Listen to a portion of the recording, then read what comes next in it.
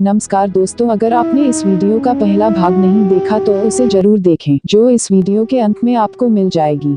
कृष्ण कौन है? कृष्ण का अर्थ क्या है? क्या है पहचान कृष्ण का? कृष्णा यह शब्द दिव्या है। कृष्ण का अर्थ है परम आनंद। हम सभी लोग आनंद की खोज में है, पर हम नहीं जानते कि सच्चा आनंद किस प्रकार खोजा जा सकता है। जीवन के प्रति भौतिकवादी दृष्टिकोण रखकर हमें अपनी इच्छाओं को पूरा करने में हर पग पर निराशा का सामना करते हैं, क्योंकि जिस वास्तविक स्तर पर पहुंचकर वास्तविक आनंद प्राप्त होता है उसकी हमें कोई जानकारी नहीं है। सच्चा आनंद प्राप्त करने के लिए सबसे पहले हमें यह समझना होगा कि हम यह शरीर नहीं है बल्कि चेतना है। सिर्फ चेतना ही नहीं, क्योंकि चेतना तो हमारी वास्तविक पहचान का लक्षण मात्र है। हम तो विशुद्ध आत्मा है जो इस भौतिक शरीर में प्रविष्ट हो गया है। अनेक जन्मों की इस प्रक्रिया के दौरान भौतिक दूषण के कारण हमारे हृदय में कई अपवित्र चीजें जमा हो गई है। अनेक जन्मों से, सिर्फ यह जन्म में ही नहीं अपितु पूर्व जन्मों के फलस्वरूप भी ऐसा हो रहा है। पर अगर हम कृष्ण कथा सुनेंगे तो हमारे हृदय में एकत्रित गंदगी स्वतः ही धुल जाएगी और हमारा हृदय सभी दूषणों से शुद्ध हो जाएगा। और ज्यों ही जीव भौतिक गंदगी से मुक्त हो जाएगा, त्यों ही हम शुद्ध आत्मा चेतना की स्थिति को प्राप्त हो जाएंगे। हमारे साथ जुड़ी झूठी सांसारिक उपाधियों से मुक्त हो पाना बहुत कठिन है। उदाहरण के लिए, मैं भारतीय हूँ। मेरे लिए एकदम से यह सोच पाना आसान नहीं है कि मैं भारतीय नहीं बल्कि एक पवित्र विशुद्ध आत्मा हूँ। उसी तरह किसी भी व्यक्ति के लिए इन शारीरिक उपाधियों की पहचान से मुक्त हो पाना कोई आसान चीज नहीं है। फिर भी यदि हम निरंतर कृष्ण कथा सुनना जारी रखेंगे तो यह बहुत आसान हो जाएगा। यदि आप चाहें तो प्रयोग करके देख सकते हैं।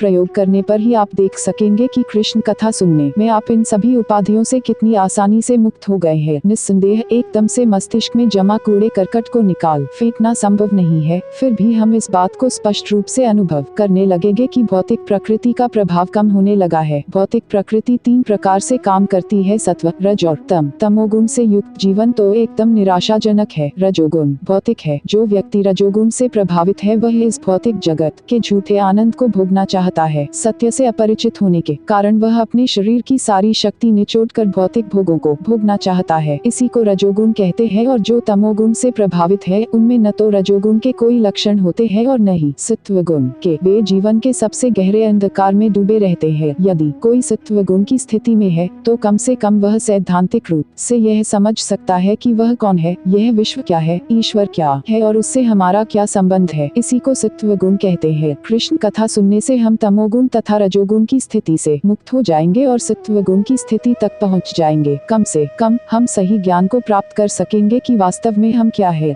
तमोगुण से प्रभावित जीवन पशु जीवन के ही समान है। पशु जीवन कष्टों से भरा होता है, पर पशु यह नहीं जानता कि वह कष्ट भोग रहा है। उदाहरण के लिए सूअर को लीजिए। वैसे न्यूयॉर्क में सूअर नहीं दिखते, किंतु भारत के गांवों में सूअर देखे जाते हैं। कितना दुखमय जीवन है उसका। गंदे स्थान में रहना, विष्टा खाकर जीवन निर्वाह करना और सदैव गंदा रहना। किंतु विष्टा खाकर भी सूअर खुश रहता है और मादा सूअर के साथ निरंतर सहवास करता है और मोटा होता जाता है। इंद्रिय सुख, जो सूअर के लिए यौन सुख है, उसकी लालसा के कारण वह बहुत मोटा हो जाता है। 11 इसलिए हमें चाहिए कि हम सूअर की तरह झूठे तौर पर यह न सोचे कि हम सुखी हैं। दिन रात कठोर परिश्रम करके और उसके बाद थोड़ा सा यौन सुख प्राप्त करके हम समझते हैं कि हम बहुत सुखी हैं, किंतु यह वास्तविक सुख नहीं है। श्रीमद् भागवतम में इस प्रकार के सुख को सूअर की खुशी के समान बताया गया है। मनुष्य का सुख सत्वगुण की स्थिति प्राप्त करने में है। यह स्थिति प्राप्त करने पर ही वह समझ सकता है कि वस्तुतः सच्चा सुख क्या है। यदि हम नियम पूर्वक कृष्ण कथा सुनेंगे तो इसका परिणाम यह होगा कि हमारे हृदय में जन्म जन्मांतर से एकत्रित गंदगी दूर हो जाएगी। वास्तव में हम देखेंगे कि हम तमोगुण और रजोगुण से हटकर सत्वगुण की स्थिति को प्राप्त कर चुके हैं। वह स्थिति क्या है कि स्थिति प्राप्त कर लेने के बाद हम जीवन की सभी सत्वगुण परिस्थितियों में सुख का अनुभव करेंगे। हम कभी उदासी महसूस नहीं करेंगे। भगवद गीता के अनुसार यह हमारी ब्रह्मभूत स्थिति सत्वगुण की सर्वोच्च स्थिति है। वेद हमें सिखाते हैं हम पदार्थ नहीं ब्रह्म है। अहं ब्रह्मास्मि। श्री शंकराचार्य ने इस वेद वाक्य को सारे संसार में प्रचारित किया। हम पदार्थ नहीं है, हम ब्रह्म है, आत्मा है।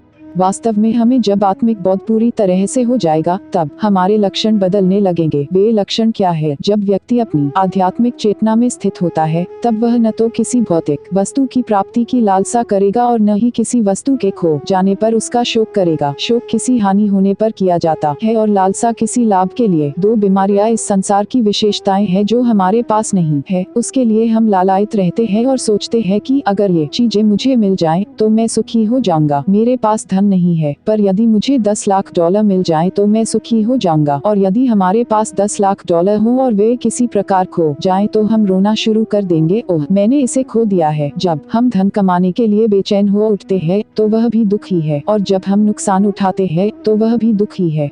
किंतु यदि हम ब्रह्मभूत अवस्था में स्थित है तो न ही हम लालायित होंगे न ही दुखी होंगे। हम हर व्यक्ति और हर वस्तु को समदृष्टि से देखेंगे और कठिन से कठिन समय में भी विचलित नहीं होंगे। इसी को सत्व गुण की स्थिति कहते हैं। भागवतम का अर्थ है ईश्वरीय विज्ञान। यदि कोई इस ईश्वरीय विज्ञान के अध्ययन के लिए दृढ़ प्रयास करे तो वह ब्रह्मभूत की स्थिति को प्राप्त होगा। उस ब्रह्मभूत स्थिति को प्राप्त करने के बाद भी हमें कर्म करना होगा, क्योंकि यहाँ हमें कर्म करने की सलाह दी गई है। जब तक हमारे पास भौतिक शरीर है हमें कर्म करना ही होगा। हम कर्म करना बंद नहीं कर सकते, यह संभव नहीं है, किंतु कर्म करते हुए हमें यौगिक साधनों को अपनाना होगा और तब हमें कोई भी साधारण कर्म करने में, जो कि भाग्यवश या परिस्थितिवश हमें करना पड़ रहा है, कोई हानि नहीं होगी। उदाहरण के लिए यदि किसी व्यक्ति को अपने व्यवसाय में झूठ बोले बिना काम न चले, ऐसा है। झूठ बोलना अच्छी बात नहीं है, इसलिए सार यह है कि व्यापार ठीक प्रकार से नैतिकता के सिद्धांतों पर आधारित नहीं है और इसलिए व्यापार करना ही नहीं चाहिए। किंतु भगवद गीता में हमें यह निर्देश मिलता है कि हमें इसे छोड़ना नहीं चाहिए। यदि हम ऐसी परिस्थिति में फंस जाएं जहां की थोड़ा सा अनुचित कार्य किए बिना हम अपनी जीविका नहीं कमा सकते हैं, तो हमें उस कार्य को छोड़ नहीं देना चाहिए, बल्कि हमें उस कर्म को पवित्र करने का प्रयत्न करना चाहिए। उसे पवित्र कैसे किया जा सकता है? उसको पवित्र तभी किया जा सकता है जब हम उस कर्म के फल को स्वयं ग्रहण न करें और उसे ईश्वर को समर्पित कर दें। सुकृत का अर्थ है पुण्य कर्म, अच्छे कर्म, और दुष्कृत का अर्थ है पाप कर्म, बुरे कर्म। भौतिक स्तर पर हम पुण्यात्मा या पापी हो सकते हैं। इस संसार में हम या तो पुण्य कर्म करते हैं या पाप कर्म, या फिर कुछ अच्छे और कुछ बुरे मिले जुले कर्म करते हैं। भगवान श्री कृष्ण हमें एक बात की सलाह देते हैं कि हम जो भी कर्म करें वे ईश्वर के प्रति भक्ति और ज्ञान से करें। और वह ज्ञान क्या है? वह ज्ञान यह है कि हम सब परमात्मा के अंश है, या तो हम यह शरीर नहीं है। यदि मैं समझ कि मैं भारतीय हूँ या अमेरिकी हूँ या यह हूँ वह हूँ, तो इसका अर्थ होगा कि मैं अभी भौतिक स्तर पर ही हूँ। हमें अपने आप को अमेरिकी और भारतीय न समझकर केवल शुद्ध आत्मा समझना चाहिए। मैं उस परम चेतना के अधीनस्थ चेतना हूँ। दूसरे शब्दों में हम सब ईश्वर के सेवक है। ईश्वर सर्वोच्च चेतना है और हम उनके सेवक हैं। अतः हमें यह समझना चाहिए कि अधीनस्थ का अर्थ है सेवक। जहाँ तक हमारा भगवान से संबंध है, साधारणतया हम उनका कार्य सेवक समझकर नहीं करते। कोई भी सेवक बनना नहीं चाहता, सभी स्वामी बनना चाहते हैं, क्योंकि सेवक बनना कोई शान की बात नहीं लगती। पर भगवान का सेवक बनना बिल्कुल भिन्न है। कभी कभी भगवान का सेवक भगवान का स्वामी बन जाता है। जीव की वास्तविक स्थिति भगवान के सेवक की ही है, परंतु भगवद गीता में हम देखते हैं कि सबके स्वामी श्री कृष्ण अर्जुन के सेवक बन जाते हैं। अर्जुन रथ पर बैठा है और श्री कृष्ण रथ चला रहे हैं। अर्जुन रथ का स्वामी नहीं है, किंतु हमें अलौकिक संबंधों की तुलना भौतिक तथा सांसारिक संबंधों से नहीं करनी चाहिए। यद्यपि वे सारे संबंध जिसे हम इस संसार में अनुभव करते हैं उस दिव्य जगत आध्यात्मिक जगत में भी विद्यमान है, पर वहाँ के संबंध इस संसार के संबंधों की भांति भौतिकता से दूषित नहीं है। इसीलिए वे संबंध पवित्र और अलौकिक है। वे है ही दूसरे प्रकार के। जैसे जैसे हम आध्यात्मिक जीवन धारणा की ओर प्रगति करेंगे, हम समझ सकेंगे कि उस आध्यात्मिक दिव्य जगत में जीव की वास्तविक स्थिति क्या है। यहाँ भगवान हमें बुद्धियोग का निर्देश करते हैं। बुद्धियोग का अर्थ यह है कि हमें इस बात की पूर्ण जानकारी हो कि हम यह शरीर नहीं है, और यदि इस बात को ठीक से समझकर हम कर्म करें तो वस्तुतः हम शरीर न रहकर केवल आत्मा रह जाते हैं। यह एक सत्य है। चेतना के स्तर पर कर्म करने से हम अपने अच्छे और बुरे सभी कर्मों के फलों के प्रभाव से मुक्त हो सकते हैं। यह दिव्य स्थिति है। इसका अर्थ यह हुआ कि हम किसी दूसरे के लिए अर्थात भगवान के लिए काम कर रहे हैं, इसलिए हम स्वयं किसी लाभ या हानि के लिए उत्तरदायी नहीं है। यदि लाभ होता है तो हमें उसका अभिमान नहीं करना चाहिए। हमें सोचना चाहिए यह लाभ ईश्वर के लिए है, और अगर हमें कोई नुकसान उठाना पड़े तो हमें सोचना चाहिए कि इस नुकसान की जिम्मेदारी हमारी नहीं है, यह काम ईश्वर का है। तब हम सुखी रह सकते हैं। हमें इस प्रकार की समझ का अभ्यास करना चाहिए। हर एक काम ईश्वर का काम है। हमें इस प्रकार की दिव्य प्रकृति का विकास करना चाहिए। वर्तमान परिस्थितियों में कर्म करने की यही एक युक्ति है। ज्यों ही हम शारीरिक चेतना के स्तर पर कर्म करने लगते हैं, त्यों ही हम अपने कर्म के फल से बंधने लगते हैं। किंतु जब हम आध्यात्मिक चेतना के माध्यम से कर्म करते हैं, तब हम न तो अपने अच्छे कर्मों से बंधते हैं और न ही बुरे कर्मों से। यही युक्ति है। मनीषिणः, यह शब्द बहुत महत्वपूर्ण है। मनीषी का अर्थ है विचारवान, वैचारिक या बुद्धिमान। हुए बिना कोई भी व्यक्ति यह नहीं समझ सकता कि मैं यह शरीर नहीं हूँ। किंतु यदि कोई थोड़ा सा विचारशील हो तो वह समझ सकता है, ओह मैं यह शरीर नहीं हूँ, मैं आत्मा हूँ। कभी खाली समय में हम सोचते हैं कि ओह यह मेरी अंगुली है, यह मेरा हाथ है, यह मेरा कान है, यह मेरी नाक है, सब कुछ मेरा है। पर मैं क्या हूँ? क्या हूँ मैं अनुभव कर रहा हूँ कि यह मेरा है और मैं वह हूँ। इस बात को समझने के लिए बस थोड़ी सी सोच की आवश्यकता है। सब कुछ मेरा है, मेरी आंखें, मेरी अंगुली, मेरा हाथ, मेरा मेरा मेरा और यह मैं क्या हूँ?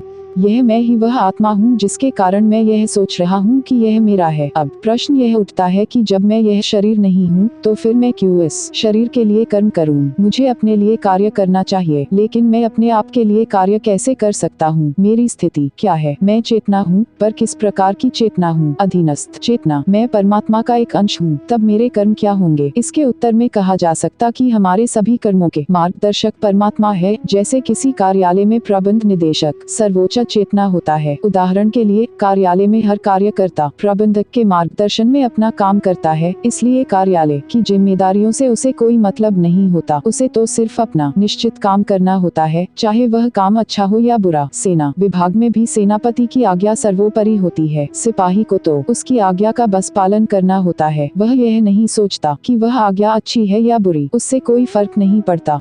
उसे मिलता है, उसे पद और सम्मान मिलता है, पर वह उसकी भी परवाह नहीं करता। सेनापति उससे कहता है कि जाओ और उस शत्रु को मार दो, वह ऐसा करता है और इसका पुरस्कार भी उसे मिलता है। क्या आप सोचते हैं कि सिपाही को यह पुरस्कार किसी व्यक्ति की जान लेने के लिए मिला? नहीं, पुरस्कार उसे अपने कर्तव्य पालन के लिए दिया गया। ठीक इसी प्रकार भगवद गीता में भगवान श्री कृष्ण अर्जुन को निर्देश दे रहे हैं। श्री कृष्ण सर्वोपरि आत्मा परमात्मा है। मैं आत्मा हूँ, उस परमात्मा का एक अंश, इसलिए मेरा कर्तव्य है कि मैं वैसा ही करूं जैसा कि मुझे परमात्मा से आदेश मिलता है। उदाहरण के लिए मैं यह सोचता हूं कि मेरा हाथ मेरे शरीर का एक भाग है, वह अपने ढंग से कार्य कर रहा है। जैसे मैं चाहूं मेरे हाथों को, पैरों को और आँखों को काम करना चाहिए। इस प्रकार मैं अपने अंगों को आदेश देता हूं और वे उसका पालन करते हैं। अतः जिस प्रकार हमारे अंग हमारे शरीर के भाग है, उसी प्रकार हम भी उस परमात्मा के अंश या भाग है। जब हम उस परमात्मा की इच्छा के अनुरूप कार्य करने के लिए अपने आप को प्रशिक्षित करेंगे, तब हम सब अच्छे और बुरे कर्मों से ऊपर उठ जाएंगे। यही सही तरीका है। अब इस विधि के पालन का नतीजा क्या होगा? नतीजा यह होगा कि हम जन्म और मृत्यु के बंधन से मुक्त हो जाएंगे। न और जन्म, न और मृत्यु। आधुनिक वैज्ञानिक तथा दार्शनिक जन्म, मृत्यु, जरा और व्याधि इन चार चीजों के बारे में कुछ नहीं सोचते हैं। वे इनको अलग रख देते हैं। सोचते हैं हमें वर्तमान को भोगना चाहिए और आनंद उठाना चाहिए, परंतु मानव जीवन का उद्देश्य है जन्म, मृत्यु, जरा और व्याधि के बंधन से मुक्ति पाने का उपाय ढूंढना। यदि किसी सभ्यता ने इन चारों समस्याओं से मुक्त होने का हल नहीं ढूंढा है, तो वह मानव सभ्यता नहीं है। मानव सभ्यता का उद्देश्य है इन चारों समस्याओं के पूर्ण समाधान का मार्ग ढूंढना। भगवद गीता में भगवान श्री कृष्ण कहते हैं, कर्म जिन बुद्धियुक्त। कर्म जिन का अर्थ है जहाँ क्रिया होगी वहाँ उसकी प्रतिक्रिया भी होगी। कर्म जिनका अर्थ है जहाँ क्रिया होगी वहाँ उसकी प्रतिक्रिया भी होगी। यदि कोई बुरा कर्म करेगा तो उसकी बुरी प्रतिक्रिया भी होगी, किंतु प्रतिक्रिया चाहे अच्छी हो या बुरी, आध्यात्मिक दृष्टिकोण से देखा जाए तो वह दुख ही है। मान लीजिए कि अपने पूर्व जन्मों के अच्छे कर्मों के कारण मुझे अच्छा जीवन, सुंदर शरीर और उच्च शिक्षा मिली है। मेरे पास ये अच्छी चीजें भले ही हो, पर इसका अर्थ यह तो नहीं हुआ कि मैं भौतिक दुखों से मुक्त हो गया। जन्म, मृत्यु, जरा और व्याधि, चाहे मैं धनवान हो, सुंदर हो, सुशिक्षित हो, बड़े परिवार में जन्मा हो, चाहे कुछ भी क्यों न हो, फिर भी मैं मृत्यु, जरा और व्याधि से बच नहीं सकता। इसलिए हमें शुभ और अशुभ किसी भी प्रकार के कर्मों को कोई महत्व नहीं देना चाहिए। हमें केवल आध्यात्मिक कर्मों से ही संबंध रखना चाहिए। केवल वही हमें जन्म, मृत्यु, जरा और व्याधि से बचा सकते हैं। यही हमारे जीवन का उद्देश्य होना चाहिए। हमें अच्छी या बुरी किसी भी प्रकार की वस्तुओं की लालसा नहीं करनी चाहिए। उदाहरण के लिए मान लीजिए कि कोई व्यक्ति किसी बीमारी से कष्ट पा रहा है। वह बिस्तर पर लेटा है और खाना पीना, शौच कर्म आदि कठिनाई पूर्वक कर रहा है और साथ में कड़वी दवाइयाँ खा रहा है। कमरे में अप्रिय गंध न फैले इसलिए नस को उसे साफ रखना पड़ता है। जब वह इस स्थिति में लेटा हुआ है, तभी उसके कुछ मित्र उससे मिलने आते हैं और उसके स्वास्थ्य के बारे में पूछते हैं। वह कहता है, हाँ मैं ठीक हूँ। अब यह ठीक क्या है? बिस्तर में असुविधा पूर्वक सोना, कड़वी दवाई खाना और हिलने डुलने में भी कठिनाई महसूस करना, और इन सब असुविधाओं के भी बावजूद वह कहता है मैं ठीक हूँ। इसी प्रकार हमारे जीवन की भौतिक स्थिति में हम भी यदि यही सोचते हैं कि मैं सुखी हूँ, तो यह हमारी मूर्खता है। इस भौतिक जीवन में कोई सुख नहीं है। यहाँ पर सुख प्राप्त करना असंभव है। इस स्थिति में हम जानते ही नहीं कि सुख क्या है। इसलिए विशेष रूप से मनीषिणः अर्थात विचारवान शब्द का प्रयोग किया गया है। चाहते हैं, पर ऐसा सुख कब तक रहेगा? यह सुख अधिक समय तक नहीं टिकेगा। हम वापस दुख की स्थिति में आ जाएंगे। मान लीजिए कि नशे से हम सुख का अनुभव करते हैं, तो वह हमारा असली सुख नहीं है। मान लीजिए कि मुझे क्लोरोफॉर्म सुंघाकर बेहोश कर दिया गया है, जिसके कारण मैं ऑपरेशन का दर्द महसूस नहीं कर रहा हूँ, पर इसका अर्थ यह नहीं हुआ कि मेरा ऑपरेशन ही नहीं हो रहा है। यह सब बनावटी चीज है। वास्तविक सुख और वास्तविक जीवन भी विद्यमान है। भगवद गीता में जैसा कि भगवान श्री कृष्ण ने आदेश दिया है, विचारवान व्यक्ति अपने कर्मों के फल का त्याग कर देते हैं, क्योंकि वे आत्मज्ञान के स्तर पर आसीन होते हैं। इसका नतीजा यह होता है कि जन्म, मृत्यु, जरा और व्याधि के बंधन का अंत हो जाता है। यह अंत को हम परमानंद के भंडार रसराज कृष्ण के साथ जुड़ने से पा सकते हैं। वास्तव में वहीं पर सच्ची खुशी है जो हमारा लक्ष्य है। उम्मीद करती हूँ कि यह वीडियो आपको बहुत अच्छी लगी होगी। ये कथा सुनने के लिए आपका बहुत बहुत धन्यवाद। अगर कथा अच्छी लगी हो तो वीडियो को लाइक, शेयर और चैनल को सब्सक्राइब जरूर करें। कमेंट में राधे राधे जय श्री कृष्णा लिखना ना भूलें।